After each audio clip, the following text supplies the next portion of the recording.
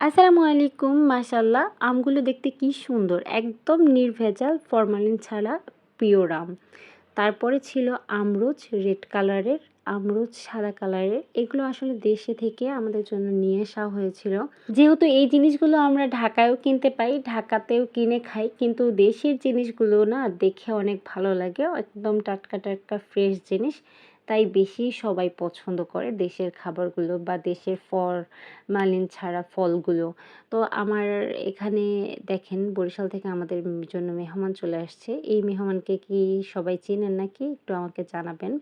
আর এ ধরনের মেহমান কিন্তু সব গাছেই থাকে, মানে সব আম গাছেই থাকে। তারপরে এই যে আমরুচগুলো দেখছিলাম আমি। এই আমটা একদম রূপালি জাতের মতন আম। এই আমটা আসার সময় পেড়ে নিয়ে আসা হয়েছে। এটা একদম কাঁচা আছে। তো এটা মিনিমাম ৬ দিন ৭ দিন রেখে দিলে এটা একদম ডাইরেক্ট সুন্দর পেকে যাবে। তো আমি ওইভাবেই সেট করে রাখছিলাম। আর যেটা বড় বক্স দেখছেন, এটার ভিতরে আচার দেওয়ার আম ছিল।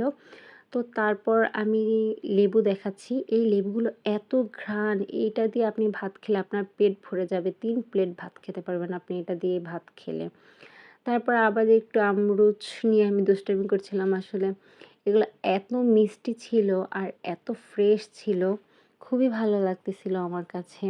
তাই আমি একটু ঢং করতেছিলাম তো আমরুচ নিয়ে।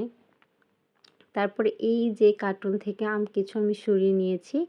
কিছু ভর্তা ভর্তা হয়ে গেছিলো, যেহেতু দূর থেকে নিয়ে এসেছে এবং কাউকে দেওয়ার জন্য ওটা আলাদা করে রেখেছি। আর এগুলো যেগুলো আছে সেগুলো আমি আমের আচার দিব, সেটাও আপনাদের সাথে শেয়ার করব। সবাই ভালো থাকবেন, সুস্থ থাকবেন। কেমন লাগলো আমার ভিডিওটা অবশ্যই জানাতে ভুলবেন না।